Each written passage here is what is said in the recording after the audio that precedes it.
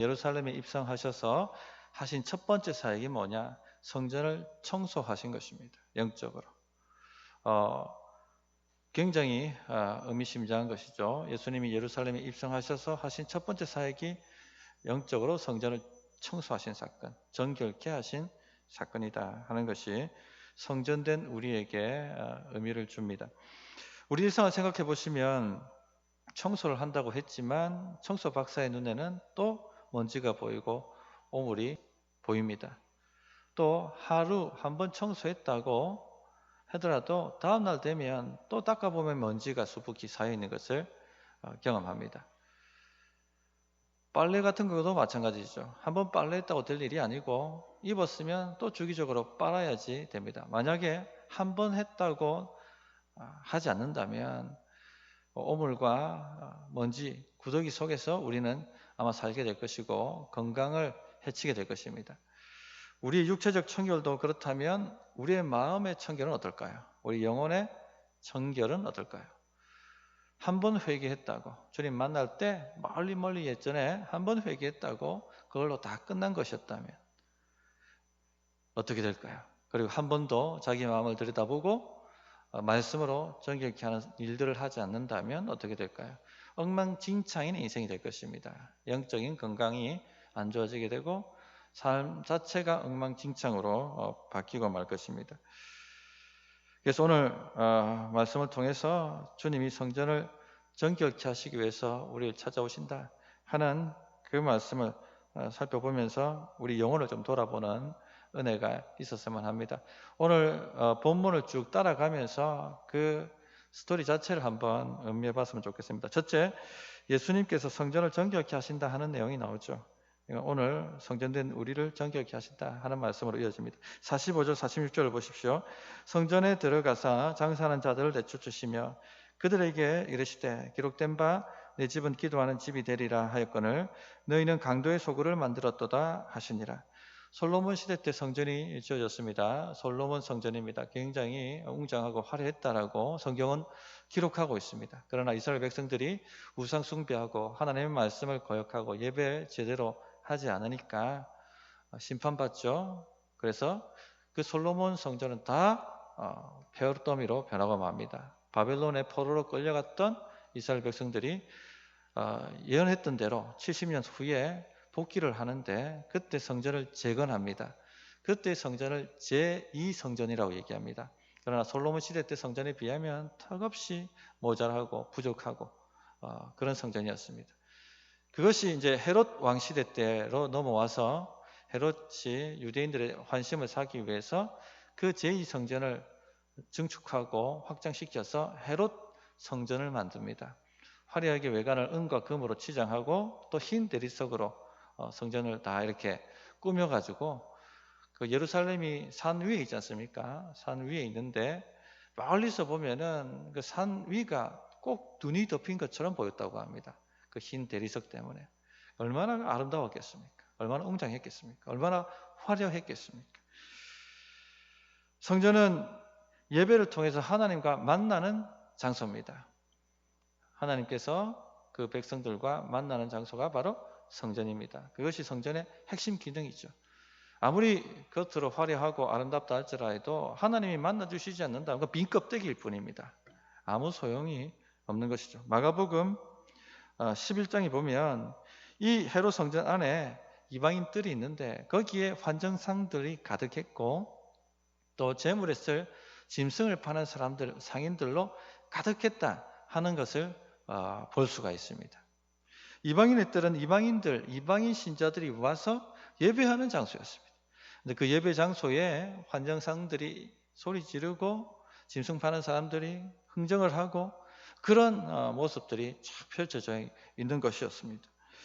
자, 물론 이 환정상들 또 예배 쓸 재물을 파는 짐승 파는 상인들 예배자들의 편의를 위해서 꼭 필요한 것이었습니다.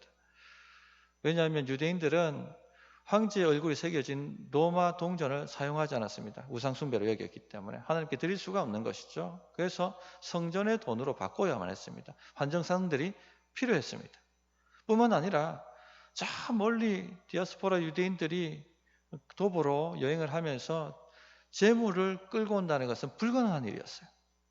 오다가 흠이 생기기로 하면은 하나님께 바칠 수가 없는 것이죠. 예루살렘에서 짐승을 구해야만 했습니다. 당연히 그런 편의를 위해서 짐승 파는 사람들이 준비되어 있는 것은 마땅한 일이죠. 자, 그런데 문제가 뭡니까? 왜 하필이면 성전 안에서 하느냐는 겁니다. 그것도 이방인의 뜰에서.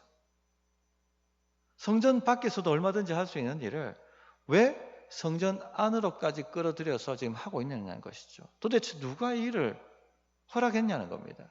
누가 이 일을 가능하도록 만들었냐는 것이죠. 성도님, 어떻게 이런 일이 가능하죠? 돈 때문에 그렇습니다. 대제사장 무리가 성전을 관리했는데 이 상인들이 주는 뒷돈이 어마어마했습니다. 결국은 돈이죠. 이득이 있으니까 성전 이방인의 뜰을 내어놓은 것입니다. 그래서 주님께서 그 모든 환정사들과 짐승 파는 자를 쫓아내시면서 여기를 강도의 소굴로, 하나님의 성전을 강도의 소굴로 너희가 만들었다 하고 책망을 하신 것이죠. 자, 예수님이 오신 이후에 건물로서의 성전 시대는 끝났습니다. 주님이 예언하신 대로 예루살렘 성전은 돌 위에 돌 하나 남기지 않고 AD 70년에 완전히 무너졌습니다. 푯더미가 되었죠. 지금 예루살렘에 성지순례 가더라도 성전 찾으면 성전이 없어요. 성전은 끝났기 때문에, 무너졌기 때문에. 근데 많은 분들이, 우리 교인들이 착각하는 게 이 교회당은 성전이라고 생각합니다. 교회당은 성전이 아닙니다. 그래서 얼마든지 부술 수도 있고 다시 지을 수도 있는 겁니다. 이 건물로서의 성전 시대는 끝났죠. 새로운 성전 시대가 열렸습니다. 누가 성전입니까? 이 예수님을 믿음으로 고백하고 예배로 모인 저와 여러분들이 하나님의 성전이죠. 우리 이 모임 가운데 하나님이 임재하셔서 우리를 만나주시는 겁니다. 이것이 바로 새로운 성전 시대입니다. 그래서 고린도전서 3장 16절에 너희는 너희가 하나님의 성전인 것과 하나님의 성령이 너희 안에 계시는 것을 알지 못하느냐, 그렇게 말씀하셨습니다. 자, 예수님을 주로 고백하는 사람들을 뭐라고 얘기합니까? 교회라고 얘기합니다. 그죠? 이 건물 자체가 교회가 아니고 저와 여러분들이 교회입니다. 그리고 이 교회는 성전입니다. 하나님의 임재가 있는 성전인 것이죠. 그래서 이 예배로 모일 때마다 우리 하나님께서 우리 가운데 임하십니다. 자, 그렇다면 주님은 그 건물 성전을 정결케 하셨는데 참 성전도 정결케 하시기 위해서 오실까요? 이게 우리 질문이죠. 그렇다는 겁니다. 왜냐하면 교회, 참 성전인 교회도 교회 본질을 벗어나서 오물과 영적인 오물과 영적인 먼지로 가득해질 수 있기 때문에 그렇습니다.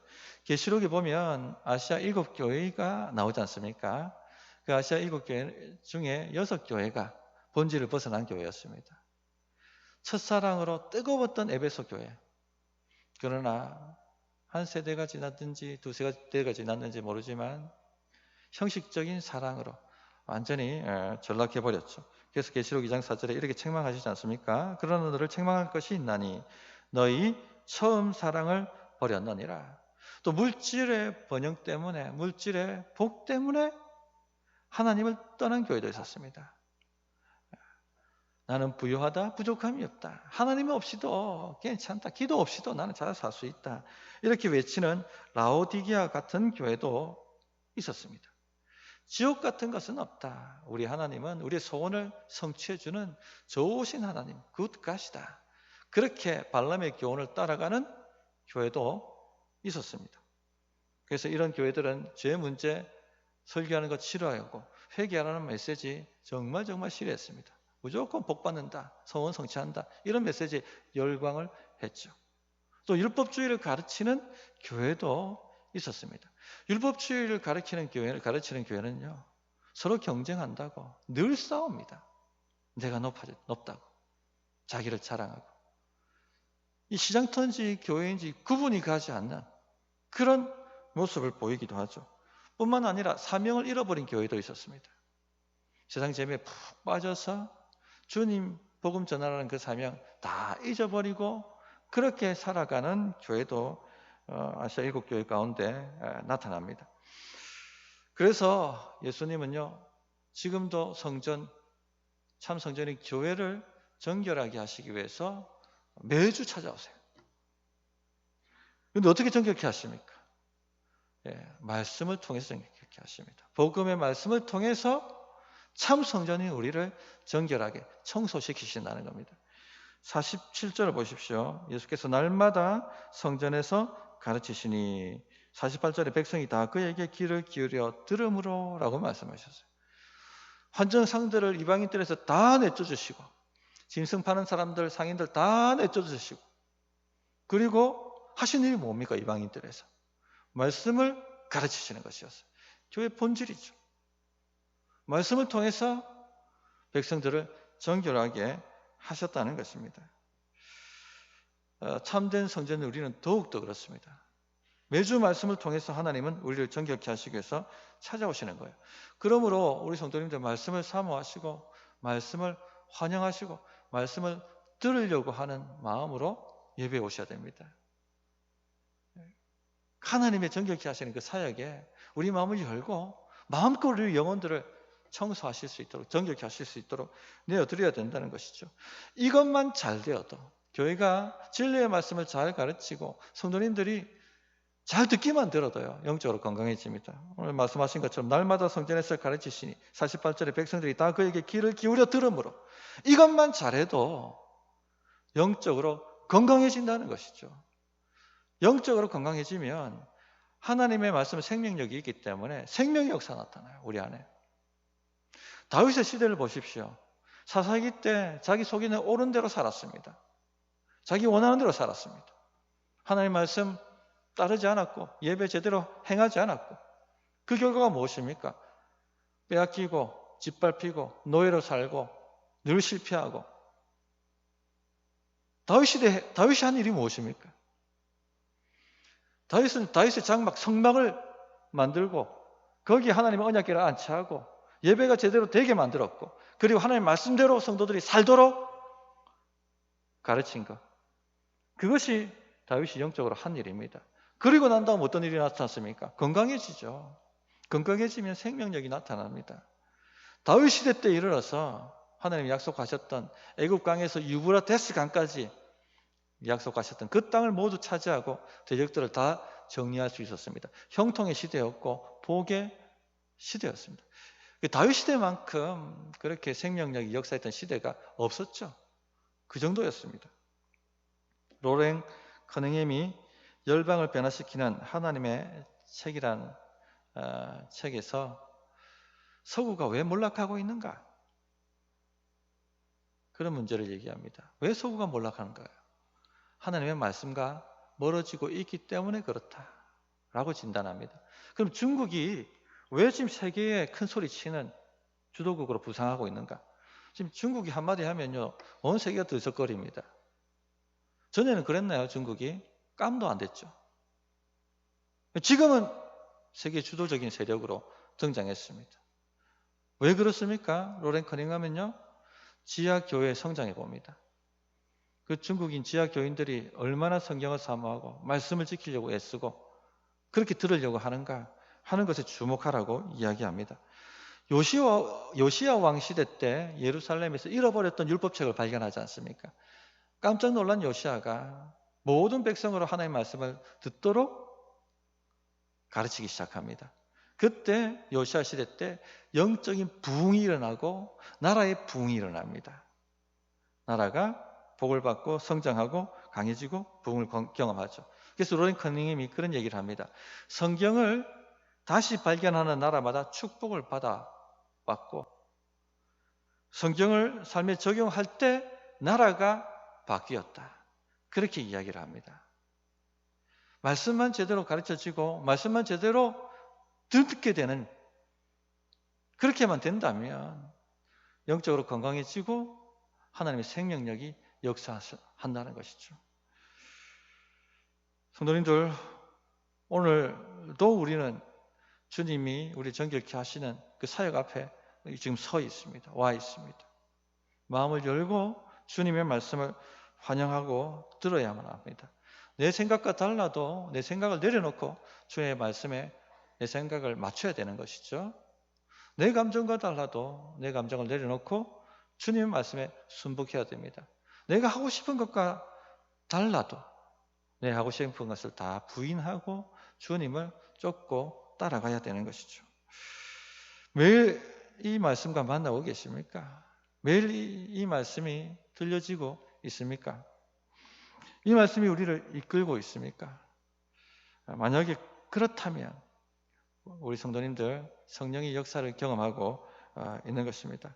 이렇게 된다면요, 세상 겁낼 것 없습니다. 지금 어떤 문제를 가지고 여기 오셨던지, 지금 어떤 문제가 우리 성도님들 발목을 잡고 있는지, 어떤 짐이 있는지 간에 상관없어요. 두려워하거나 걱정할 필요가 없습니다. 왜? 하나님이 함께 하시는 성전은요, 천하무적이에요. 구약이 그걸 증거하고 있죠. 그래서 로마서 8장 31절에 만일 하나님이 우리를 위하시면 누가 우리를 대적하리요? 천하무적이 되는 것입니다. 두 번째, 종교 지도자들이 무슨 권위로 이런 일을 하냐고 예수님을 시험하고 있습니다. 이것은 말씀의 형식화가 얼마나 무서운가 하는 것을 우리에게 보여줍니다. 20장 1절부터 2절입니다. 하루는 예수께서 성전에서 백성을 가르치시며 복음을 전하실세 대제사장들과 서기관들이 장로들과 함께 가까이 와서 말하여 이르되 당신이 무슨 권위로 이런 일을 하는지 이 권위를 준 이가 누구인지 우리에게 말하라. 내가 대제사장인데 도대체 누구 허락받고 이 이방인의 뜰에 환정상들과 짐승 파는 자들을 다 몰아내고 여기서 당신이 무슨 권위를 가지고 말씀을 가르치고 있느냐 하고 따져 묻고 있는 것이죠. 대제사장은요, 성전을 관리하는 제도적 권위입니다. 허락을 받아야 되는 것이죠. 도대체 누구 허락받고 지금 이방인들을 이렇게 만들고 있느냐. 서기관들은 말씀의 제도적 권위입니다. 한마디로 신학자들이죠. 도대체 누구 허락받고 누구 강도권을 받고 지금 말씀을 가르치고 있느냐. 나는 허락한 바가 없는데 그렇게 지금 얘기하고 있는 것이죠. 성도님들, 예수님은 누구 권위를 받고 지금 하고 계실까요? 예수님 누구 권위로 지금 이렇게 성전을 정결하게 만드시고 말씀을 가르치고 있는 것일까요? 예수님 본인의 권위입니다. 그죠? 예수님은 누구한테 권위를 받으실 필요가 없으신 성전의 참 주인 되시는 하나님의 아들이시죠. 만왕의 왕 하나님이십니다. 오히려 예수님께서 도대체 너희는 누구의 권위를 가지고 이방인의 뜰에 환정상들과 짐승 파는 상인들을 들여놓았느냐 라고 따져 물으실 수 있는 분이시죠. 서기관들에게 도대체 누구 권위를 가지고 성경을 율법주의로 해석하고 있느냐, 그렇게 가르치고 있느냐, 백성들을 짐지우고 힘들게 만드느냐 라고 따져 물으실 수 있는 분이십니다. 근데 이들은요, 사실 예수님이 무슨 권위로 하는지 별 관심이 없었습니다. 오직 목적은요, 예수님을 죽이고자 하는 것이 목적이었습니다. 틈을 잡아서 시험에서 걸려들면은 잡으려고 하는 것이 목적이었습니다. 진리 별 관심 없습니다. 주님이 하나님의 아들인지 별 관심 없어요. 그래서 예수님께 이런 시험을 한 것이죠. 예수님께서 하나님의 권위로 한다, 하늘로부터 온 권위로 한다라고 얘기하면 신성 모독했다고 잡아들일 생각이었고, 침묵하셨다면 성전을 소란케 했다는 성전 소란죄로 잡아들이려고 했던 것입니다. 47절 보시면 예수께서 날마다 성전에 가르치시니 제사장들과 서기관들과 백성의 지도자들이 그를 죽이려고 꾀하되, 이미 결론이 난 것이죠. 그들의 마음에는 그냥 주님을 죽이려고 한 것입니다. 단지 지금 방도를 찾지 못해서 멈추고 있을 뿐입니다. 예수님께서는요, 이들의 속을 훤히 다 알고 계십니다. 그래서 바로 답하지 아니하시고 오히려 역으로 질문 하나를 던지십니다. 33절입니다. 대답하여 이르시되 나도 한 말을 너에게 물으리니 내게 말하라. 요한의 세례가 하늘로부터냐 사람으로부터냐? 대제사장들과 서기관들과 장로들은 당황하기 시작합니다.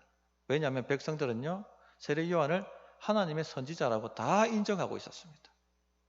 세례 요한을 부인한다는 것은 가짜 하나님과 상관없는 대제사장이 되는 것이었습니다. 그래서 그들은 서로 의논합니다. 5절에 의논하여 이르되 만일 하늘로부터라 하면 어찌하여 그를 믿지 아니하였느냐 할 것이요. 세례 요한이 예수님을 누구라고 증거했습니까? 증거했습니까? 하나님의 아들 메시아라고 증거했죠. 그래서 예수님은 누구 권위로 하고 있다고 밝혀집니까? 세례 요한을 하나님의 선지자로 인정하면 예수님의 권위는 하나님의 권위라는 것이 자명해지죠. 그러면 예수님을 믿어야 합니다. 근데 믿기 싫은 겁니다. 그럼 어떻게 할까? 그러면 세례 요한의 권위는 하늘로부터 온 것이 아니고 사람으로부터, 땅에서부터 왔다라고 말할까? 이 사람아, 그러면 더 큰일 난다. 백성들이 다 세례 요한을 하나님의 선지자로 알고 있는데 그렇게 말하면 우리에게 돌을 들어서 칠 것이다. 그럼 어떻게 하지?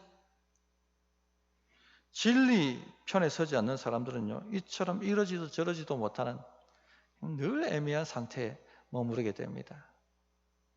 결론을 내지 않습니다. 어디로부터인지 알지 못하노라 라고 애매하게 답을 하죠. 그랬더니 우리 주님도 이렇게 답하십니다. 8절에 예수께서 이르시되 나도 무슨 권위로 이런 일을 하는지 너희에게 이르지 아니하리라. 이것은요, 심판입니다. 하나님이 침묵하신다는 건 심판이시죠. 너희와 대화가 소용이 없구나. 너희하고 대화해봤자 아무 소용이 없구나 하고 딱 하고 침묵하시는 것이죠. 성도님들, 근데 오늘 말씀이 충격적이지 않습니까? 이들은 대제사장들이고 서기관들이고 랍비들이고 그리고 백성의 장로들이었습니다. 이들 모두 하나님의 말씀을 매일 묵상하고 읽고 쓰고 암송하고 가르치고 설교하고 기도하는 사람들이었습니다. 도대체 무슨 일이 이들 안에 일어났기 때문에 이 진리에 대해서 무관심할 뿐만 아니라 진리이신 주님을 거역하고 대적하고 죽이려고까지 하는 걸까요? 무엇이 이들을 이렇게 만들었을까요? 말씀의 형식화입니다. 말씀의 형식화. 말씀이 어느 순간부터 형식화되기 시작하면요, 말씀을 연구해도 그 말씀이 들리지가 않습니다. 말씀을 매일 설교해도 그 말씀이 자기 영혼에 들리잖아요. 영적 기머리가 됩니다. 말씀을 암송해도 그 말씀을 가지고 성령이 말씀하시는 음성을 듣지 못하는 거예요. 정말 무서운 일이죠.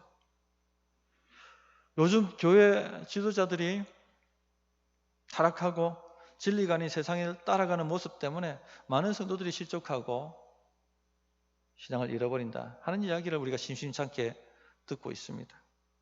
오후 소그룹 할 때 목사님 성공하시면 어떠실 것 같습니까? 지금은 순수한 마음을 가지고 계시지만 그때도 그 순수한 마음을 지켜 가실 수 있겠습니까? 그런 질문을 하셨어요. 일단 제 마음은 열매를 좀 맺어보자. 일단 열매를 맺고 싶다 하는 생각이 들고요. 그런데 많은 분들이 열매 맺고 난 이후에 영적 괴물로 변했습니다. 명예와 돈과 권력을 쫓는 그런 괴물로 변했죠. 물론 우리 주변에 존경할 만한 분들이 많이 있습니다. 이런 분들은 잘 드러나지가 않죠. 중세시대 때 교회 타락부터 지금까지 계속해서 이런 지도자들의 타락 문제는 일어나고 있습니다. 성공이 나를 타락하게 만든다는 것 정말 무서운 일 아닙니까? 정말 두려운 일입니다. 그런데 왜 그렇게 될까요? 이분들 젊을 때 그렇게 순수하게 말씀을 사모하고 열정적으로 말씀을 가르치고 무릎으로 기도하고 그랬던 분들이었는데 왜 이렇게 영적인 괴물로 다 변질되고 말았을까요? 말씀의 형식과 때문에 그렇습니다. 어느 순간부터 말씀 연구가 하나님의 말씀을 사모하는 그 마음 자체가 형식화되기 시작하고 설교하는 일이, 말씀을 연구하는 일이 그냥 단지 쳐내야 될 일로 전락한 것이죠. 말씀을 대하는 것은요, 자기 영혼을 위해서가 아니라 단지 설교하는 일을 위해서 성경을 연구하고 성경을 보는 것입니다.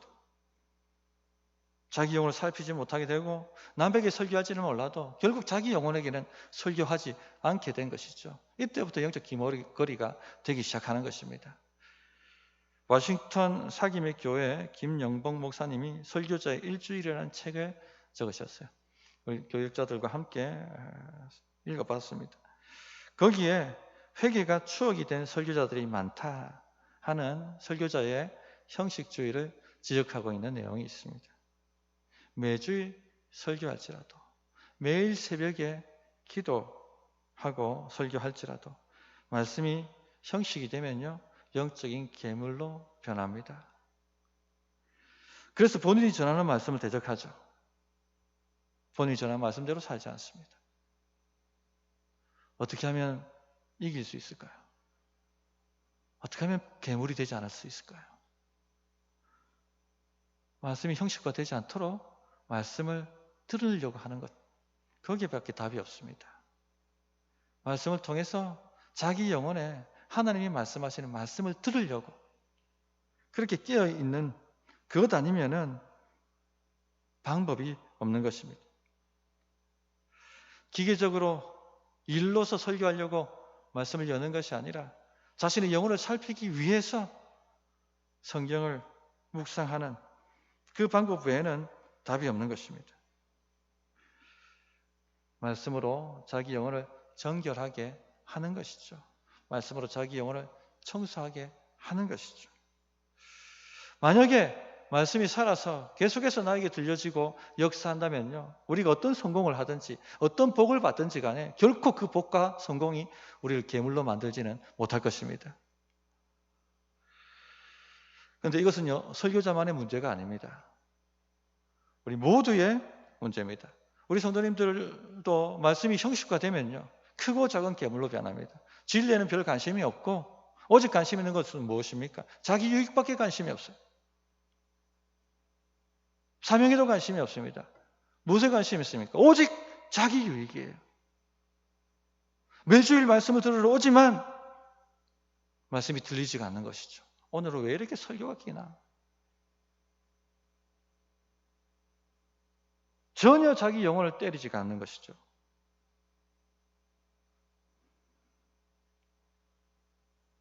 괴물이 됩니다.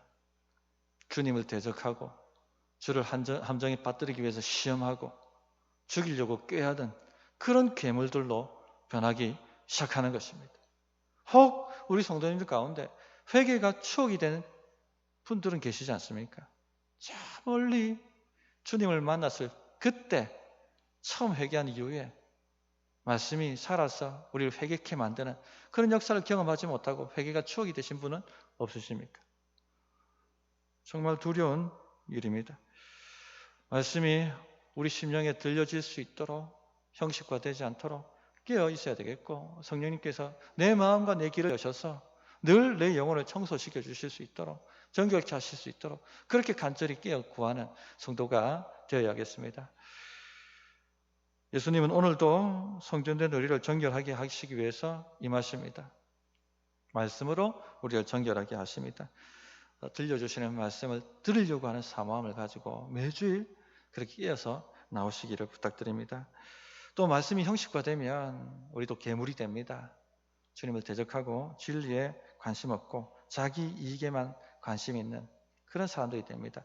성령의 도구가 아니라 마귀의 도구로 전락할 수가 있습니다. 그래서 늘 깨어있는 우리 성도님들이 되셨으면 합니다. 어떻게 응답하고 결단해야 될지 1분간 기도하도록 하겠습니다.